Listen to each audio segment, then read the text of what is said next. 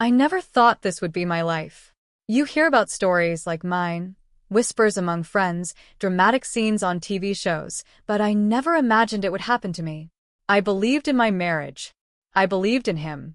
But now, standing here with tears burning in my eyes and my heart shattered into 1,000 pieces, I realize how naive I've been. It all started with small things I didn't pay attention to at first. Late-night work meetings that seemed to stretch longer than usual. His phone, always within reach, but never quite where I could see the screen. He had grown distant in ways that were hard to explain, less interested in the little parts of my day, quicker to brush off my questions with a casual, just tired, babe. And I believed him. Of course I did. We had been together for over a decade. We had a life, a family. I loved him, and in my mind, that was enough to hold everything together. Until it wasn't. The moment that changed everything came on a quiet Wednesday night. He was out, another late work dinner, he'd said, and I was home alone with our son, Nathan. After putting him to bed, I sat on the couch, flipping mindlessly through the TV channels, but something was gnawing at me. I couldn't shake the uneasy feeling that had settled in my chest. It was the same feeling I'd been ignoring for months, telling myself that I was just being paranoid, that I needed to trust him. But that night, I couldn't ignore it any longer. Without really thinking, I reached for my phone and opened the tracker app we had installed years ago, back when we were both traveling a lot for work. We'd used it mostly for convenience, to check each other's location when one of us was on the way home. I hadn't used it in ages, but that night I did. And there it was. His location. Not at the restaurant he'd told me about. Instead, his little blue was sitting still, parked at a residential address on the other side of town. I felt my stomach twist as a wave of nausea hit me. My heart started pounding, and I tried to convince myself that it didn't mean anything. Maybe it was a mistake. Maybe he had a work colleague who lived there. Maybe. I didn't know. I didn't want to know. But deep down, I already did. I copied the address into my phone's search bar, and the first result that popped up was a name I didn't recognize. Sarah. My heart dropped. I sat there for what felt like an eternity, staring at the screen, my mind racing, my hands shaking. This couldn't be happening. Not to us. Not to me. But the more I thought about it, the more the pieces started falling into place.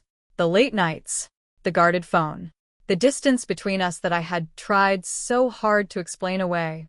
I knew what I had to do. I called him. It rang 3 times before he picked up. His voice sounded normal, cheerful even, like nothing was wrong. Hey, babe. I'm just wrapping up here.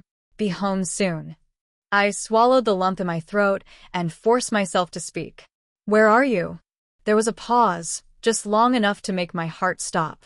I'm at the restaurant, remember? I told you we had that client dinner. I closed my eyes, feeling the sting of betrayal wash over me. No, you're not. I know where you are, David. I can see your location. Another pause. This one longer. I could hear his breath catch, hear the wheels turning in his head as he tried to figure out how to spin this, how to lie his way out of it.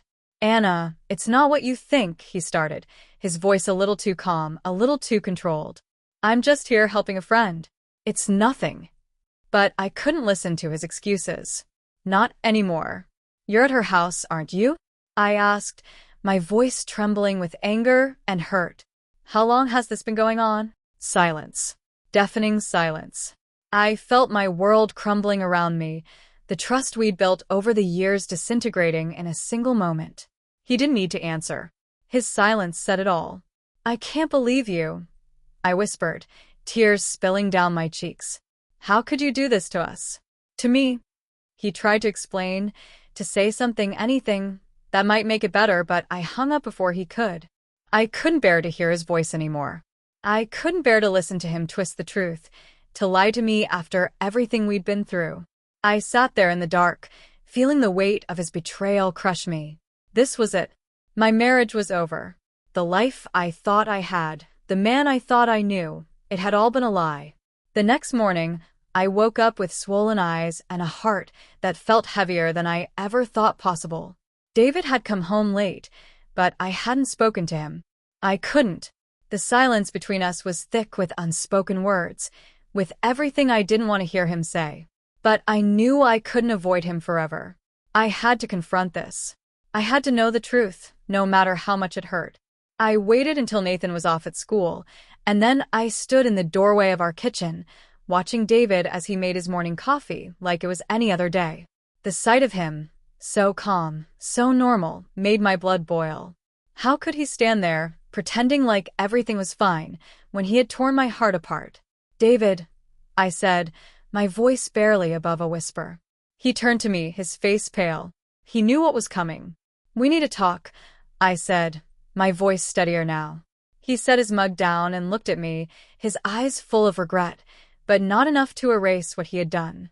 "Anna, just tell me the truth." I cut him off, my hands trembling. How long? How long have you been lying to me?" He didn't try to deny it this time. He knew there was no point. 6 months, he admitted, his voice low. 6 months. Half a year of lies. Half a year of betrayal. I felt like I was going to be sick. "Why?" I asked, my voice cracking. "Why would you do this to us?" He ran a hand through his hair, looking more helpless than I'd ever seen him. "I don't know, Anna. It just happened. It wasn't supposed to go this far." I laughed bitterly, though there was no humor in it. "It wasn't supposed to go this far? What did you think was going to happen, David? That I'd never find out? That you could keep living this double life forever?" He looked down at the floor, unable to meet my eyes. "I never meant to hurt you." The words stung, but they felt hollow. He had meant to betray me. Maybe not consciously, but every choice he made led to this moment. And now, here we were, standing in the ruins of our marriage, both of us broken in ways we couldn't fix. "I can't do this anymore," I whispered, my voice barely holding together. "I can't keep pretending like we're okay. We're not. You destroyed us." David looked up, his eyes filled with desperation. "Anna, please. We can fix this. I'll do anything. We can go to therapy. I'll end things with her. I'll do whatever it takes." But I shook my head. It was too late. Too much had been broken. Too much trust had been shattered. "I don't know if I can ever forgive you," I said, the words heavy with finality. He looked like he wanted to argue, to beg me to reconsider, but I couldn't listen to him anymore.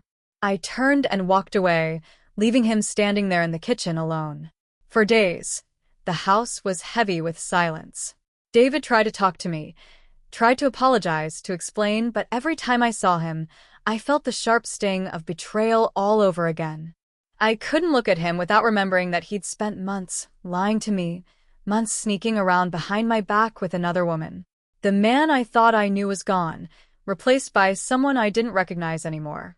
Our conversations were clipped and brief, mostly about practical things: who was picking Nathan up from school, what time he'd be home. It felt like we were living in two different worlds, orbiting around each other but never truly connecting. And as much as I wanted to scream at him, to make him feel the pain he'd caused me, I couldn't. I was too exhausted, too broken.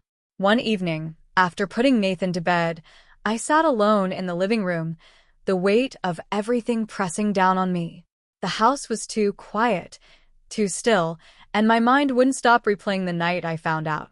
The look in David's eyes when I confronted him, the sinking feeling in my gut when I realized that our marriage was over. I felt trapped in a life I no longer wanted, trapped in a relationship that had crumbled beyond repair. I didn't know how to move forward. I didn't know how to rebuild the trust that had been shattered so completely. David walked into the room, breaking the silence. He stood there for a moment, watching me, like he was trying to figure out how to approach me. Finally, he spoke, his voice low and careful. "Anna, we need to talk." I didn't respond, didn't even look at him. My eyes stayed fixed on the floor, my mind numb from days of thinking about the same thing over and over. "I know you don't want to hear it," he continued, his voice strained, "but I need to tell you how sorry I am. I know I've said it 100 times, but I need you to know I mean it." I swallowed hard, my throat tight with emotion. "Sorry isn't going to fix this, David." "I know," he said quickly, "I know that. But I can't stand the thought of losing you, losing us. I'll do whatever it takes to make things right. I swear." I looked up at him, then really looked at him for the first time in days. He looked worn out, his face pale, his eyes bloodshot from lack of sleep. He seemed desperate, but his desperation only made me angrier. "How am I supposed to believe anything you say?" I asked, my voice shaking. "You've been lying to me for months. How do I know this isn't just another lie? How do I know you won't do it again?" David's shoulders slumped, and for a moment, he didn't answer. When he finally spoke, his voice was barely above a whisper. "You don't. I don't deserve your trust, Anna. I know that. But I'm asking you to give me a chance. To give us a chance." I closed my eyes, feeling the tears welling up again. I was so tired of crying, so tired of feeling this way. Part of me wanted to believe him. Part of me wanted to take that chance, to try to rebuild what we'd lost. But the other part of me, the part that had been broken by his betrayal, couldn't see a way forward. "I don't know if I can," I whispered. "I don't know if I can ever trust you again." David moved closer, kneeling in front of me, his eyes pleading. "Please, Anna, just give me one more chance. I'll prove to you that I'm worth it. I'll do whatever it takes." I looked down at him, my heart aching with the weight of his words. He sounded sincere. He looked sincere. But I had thought he was sincere for the past 10 years, and look where that had gotten me. "I need time," I said finally, my voice barely above a whisper. "I need time to figure out if I can even begin to forgive you." David nodded, a glimmer of hope in his eyes. "Take all the time you need. I'll be here. I'll wait." In the weeks that followed, I did everything I could to avoid David. I threw myself into work, into taking care of Nathan, into anything that would keep me from having to deal with the mess that my marriage had become. But no matter how busy I kept myself, the pain was always there, lurking just beneath the surface. Lauren, my sister, had been a constant source of support since everything came crashing down. She came over every chance she got, bringing food, distractions, and, most importantly, a shoulder to cry on. She never pushed me to talk about David, but she was always there when I needed to vent, to scream, to cry. "You're stronger than you think, Anna," she told me one evening after I had broken down for the millionth time. "You've been through hell, and you're still standing. That says something." I wanted to believe her. I wanted to believe that I had the strength to get through this, to move on, to rebuild my life. But it was hard. So hard. One night, after another long, exhausting day, I sat on the couch with a glass of wine, staring at my phone. David had been texting me more frequently, trying to check in, trying to see if I was ready to talk, but I hadn't responded to most of his messages. I wasn't ready to talk to him, wasn't ready to face the reality of what my marriage had become. But as I scrolled through his messages that night, something inside me shifted. I wasn't angry anymore. I was just tired. Tired of being in limbo. Tired of feeling like my life was on hold. I needed closure, one way or another. I took a deep breath and typed out a message. We need to talk. Tomorrow." The next morning, I sat across from David in the living room, feeling the weight of the conversation that was about to happen. He looked nervous, unsure of what I was going to say. I didn't blame him. I didn't even know what I was going to say. "I've been thinking," I began, my voice calm but firm, "about us, about what happened. And I've realized that I can't keep living like this. I can't keep pretending like things can just go back to the way they were." David's face fell, but he didn't say anything. He was waiting for me to continue. "I don't know if I'll ever be able to forgive you," I said, my voice trembling slightly. "But I do know that I need to move on. I need to figure out who I am without you, without this marriage. I need to heal." David nodded slowly, his eyes full of sadness.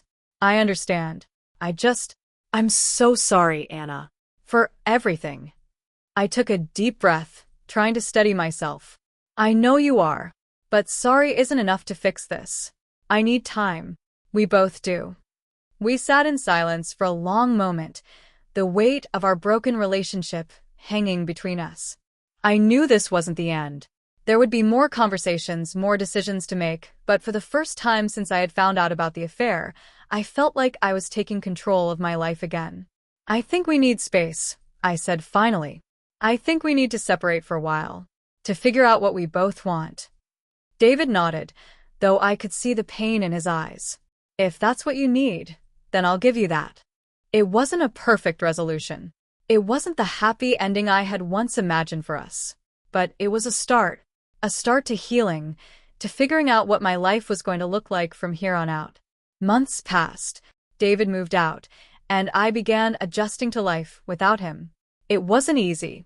There were days when I missed him, missed the life we had built together, the comfort of his presence. But then I would remember the lies, the betrayal, and I would remind myself that this was the right choice. I couldn't keep living in a marriage that had been built on broken trust. Nathan had adjusted surprisingly well.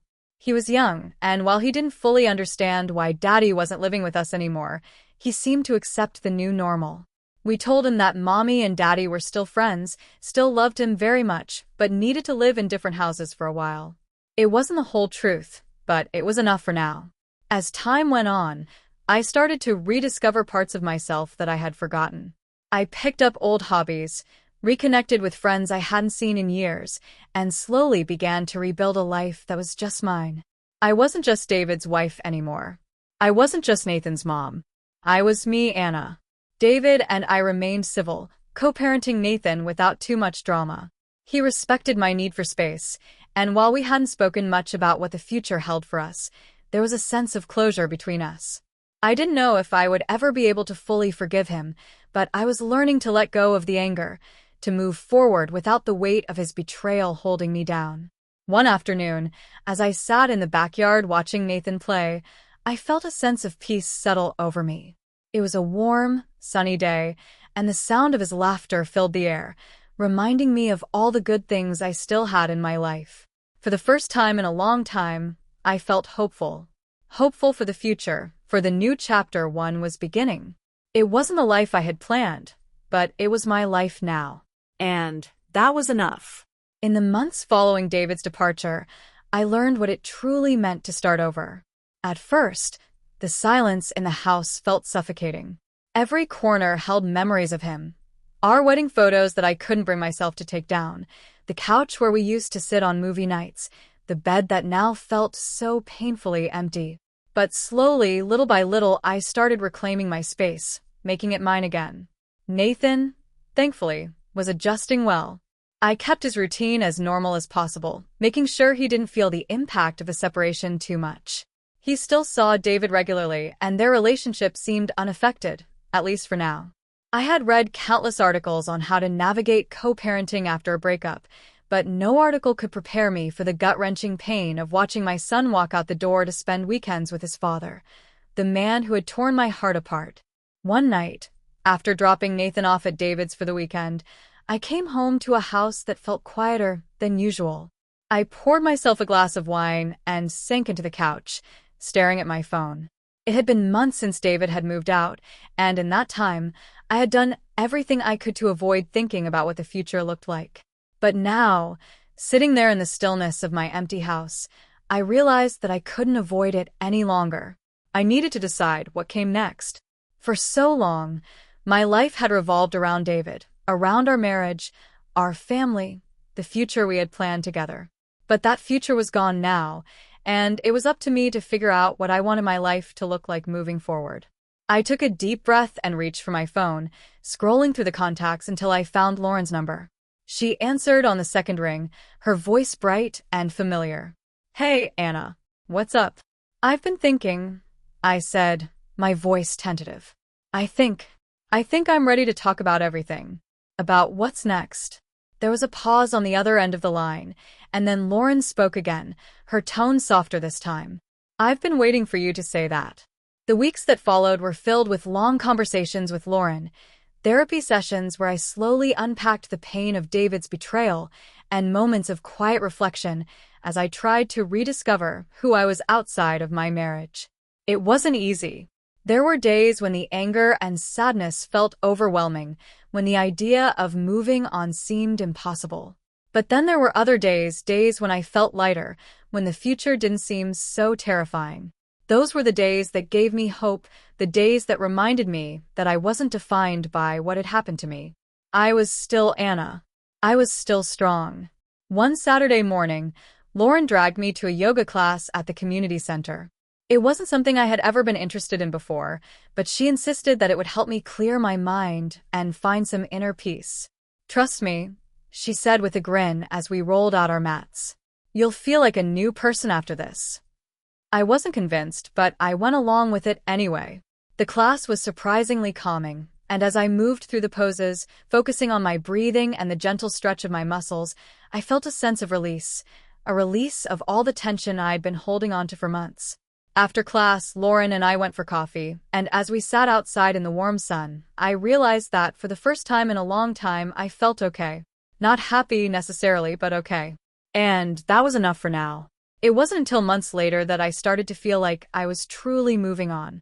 David and I had settled into a routine with Nathan, and while our interactions were still a little strained, they were civil.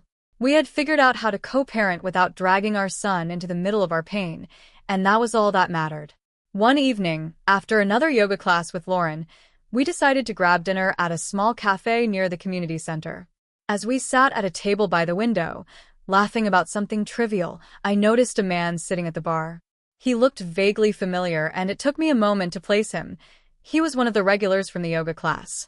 He caught my eye and smiled, and before I could second-guess myself, I smiled back. It was a small moment, but it felt like a step forward, like a crack in the wall I had built around myself since David's betrayal. Later that evening, as Lauren and I left the cafe, I couldn't stop thinking about that smile. It wasn't about the man at the bar, necessarily. It was about the fact that, for the first time since my world had fallen apart, I felt a flicker of something I hadn't felt in a long time. Curiosity. Maybe even hope.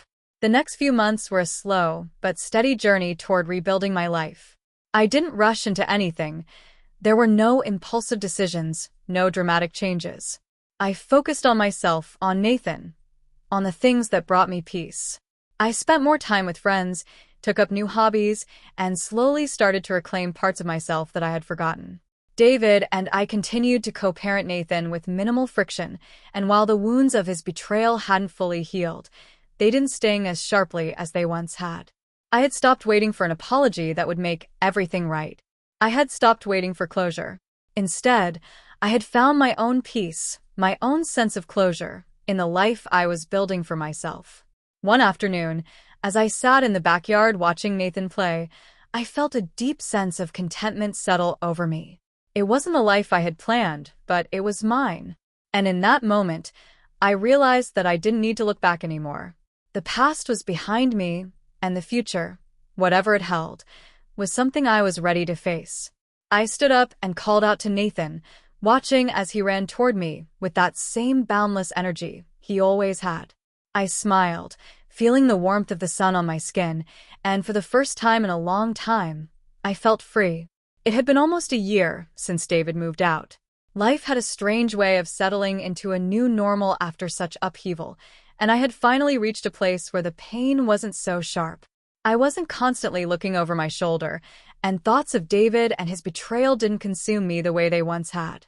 I had carved out a life for myself and Nathan, one that felt stable and strong. But just when I thought I had everything figured out, life threw me another curveball.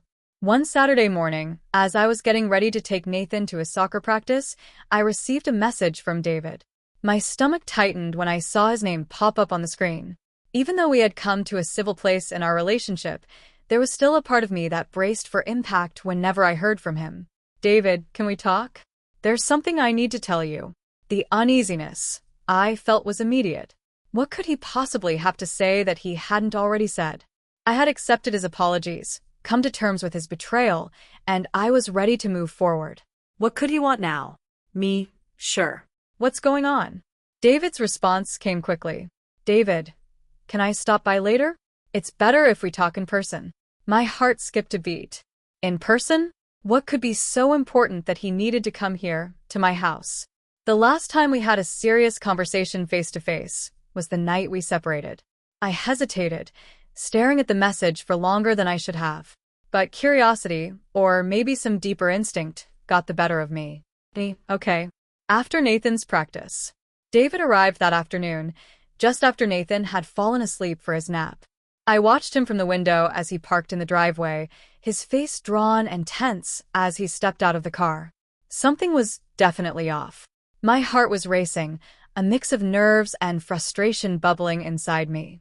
When I opened the door, he stood there for a moment, his hands in his pockets, not saying anything at first. There was a heaviness to him that I hadn't seen in months. He looked tired, worn down, like he had something weighing on him. "What is it, David?" I asked, keeping my voice steady. He sighed, running a hand through his hair. "There's no easy way to say this, Anna. I didn't want to tell you, but I thought you should hear it from me." I crossed my arms, feeling that familiar tension creep up my spine. "Just tell me. Whatever it is, I can handle it." David looked at the ground for a moment before meeting my eyes. "Sarah's pregnant." For a second, the world tilted, and I felt like I was falling. Sarah. Her. The woman who had broken my marriage apart. The woman who had taken everything from me. My mind raced, struggling to process what David had just said. Pregnant? She was pregnant? He had not only betrayed me emotionally, but now there was this, a child. A constant reminder of his affair, a new life born from the wreckage of our marriage. I couldn't speak. I didn't know what to say. The shock hit me like a wave, and all I could do was stare at him, my thoughts a jumbled mess. "I'm sorry, Anna," David continued, his voice low. "I didn't want it to happen this way. I didn't plan for this. But it's happening. And I wanted you to know before you heard it from someone else." My hands were trembling, and I clenched them into fists, trying to keep control. I could feel the anger rising, mixing with the hurt and confusion. I had moved on. I had worked so hard to build a new life for myself, and now this was dragging me right back into the mess I had fought so hard to escape. "How long have you known?" I asked, my voice barely above a whisper.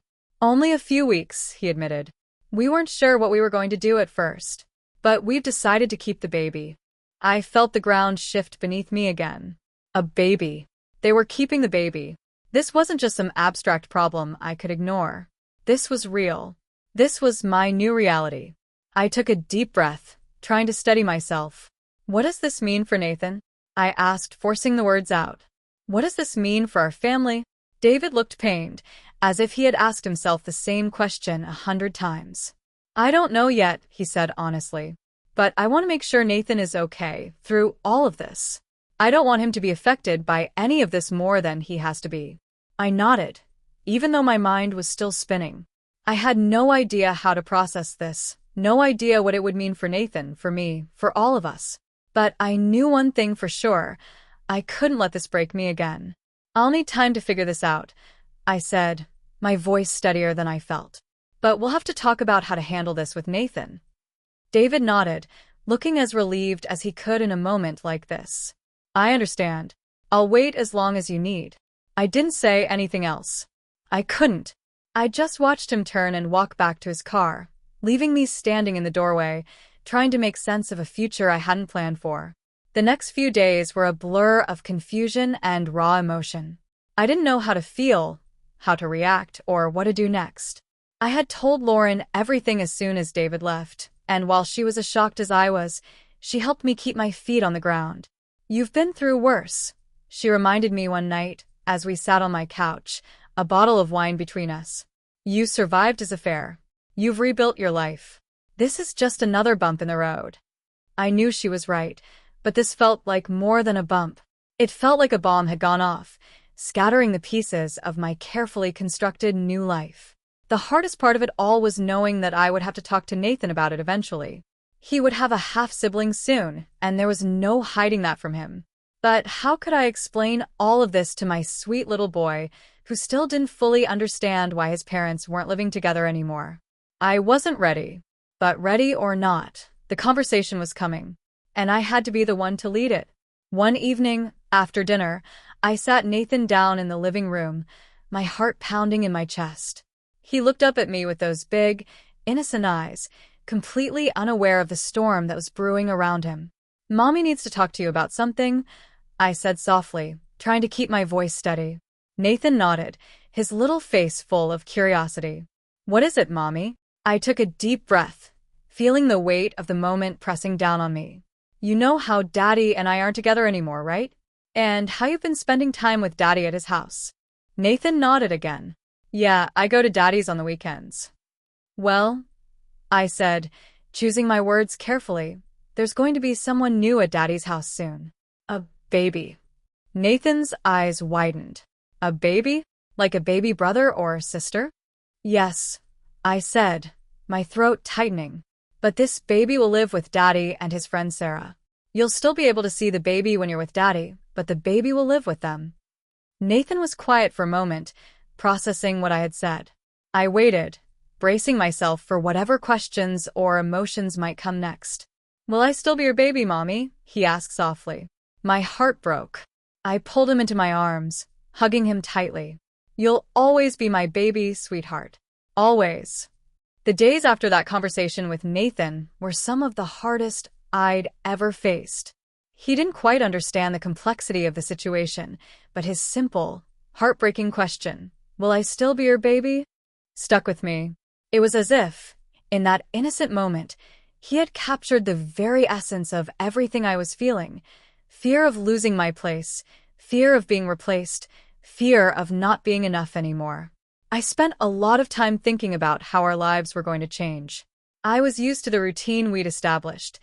Nathan and I had our world, our rhythms, and for the most part, we had found some peace after David's betrayal. But now, with the news of Sarah's pregnancy, everything felt uncertain again. I wasn't just dealing with the lingering resentment toward David, but now I had to accept that his new life with her was growing. Literally. I thought about it constantly, how Nathan would have to share his father with a new sibling, a child born from the affair that had destroyed our marriage. I worried about how it would affect him, how it would change the dynamic between them. Would Nathan feel left out? Would David focus all his attention on his new family, leaving Nathan in the shadows? I couldn't help but imagine scenarios in my head, each one worse than the last. But despite my fears, I knew I had to stay strong for Nathan. He needed stability. He needed to know that no matter what happened in David's life, I would always be there for him. One rainy afternoon, a few weeks after David's bombshell revelation, I got an unexpected knock at the door. It was Sarah. Seeing her standing there, drenched from the rain, caught me completely off guard.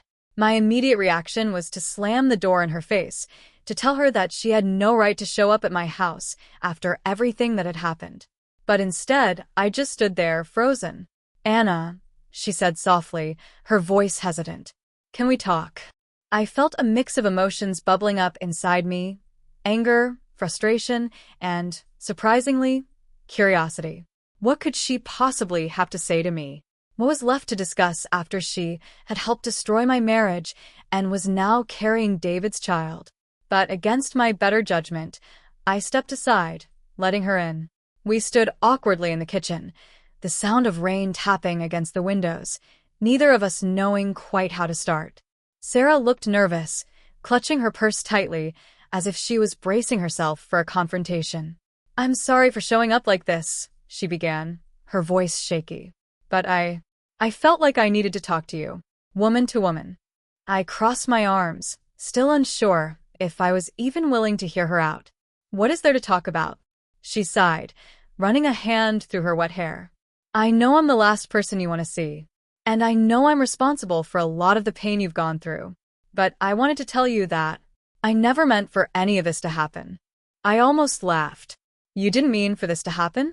You didn't mean to have an affair with my husband and get pregnant with his child. She winced at my words, but I didn't care. I had spent months swallowing my anger, and now, face to face with her, it was hard to hold back. I didn't mean for it to happen this way, she said softly. David and I had just got out of hand.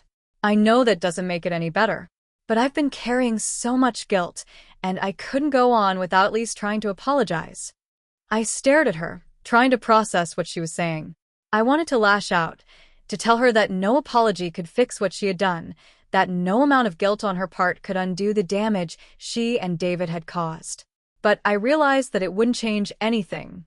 The damage was already done, and nothing she said would make it better. I don't need your apology, I said, my voice surprisingly calm. What I need is for you to understand that Nathan is my priority. I don't care about what you and David have done to each other, but I care about how this affects my son." She nodded quickly, tears welling up in her eyes. "I know. And I promise you, I will never try to take your place. Nathan is your son, and I would never do anything to come between you two. I hope we can find a way to make this work. For him." I didn't say anything. I wasn't ready to offer her any sort of forgiveness, or even the hope of reconciliation. But I knew that, for Nathan's sake, I had to at least consider what she was saying. "I'll think about it," I said, my voice stiff. "But don't expect me to be friends with you." She gave me a small nod, her face filled with relief, as if she had expected much worse. "Thank you, Anna." As she left, I felt a strange sense of closure. Not complete, but a step forward in this tangled mess of emotions. I didn't know what the future held for David, Sarah, or their child, but I knew that I could handle it. I had already survived so much, and this was just another chapter in the long story of my healing. The months continued to pass, and eventually, Sarah gave birth to a baby girl. It was surreal, knowing that Nathan had a half-sister now, a child that was born out of the affair that had destroyed my marriage.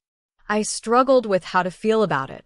There was no roadmap for navigating a situation like this, no guidebook for how to deal with the complicated emotions that came with seeing David's new family grow while I was left picking up the pieces of our broken one.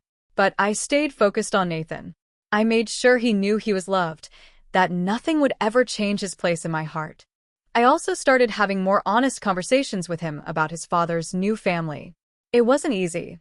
There were a lot of questions I didn't have answers for, but I wanted him to feel secure, to understand that families could look different but still be filled with love.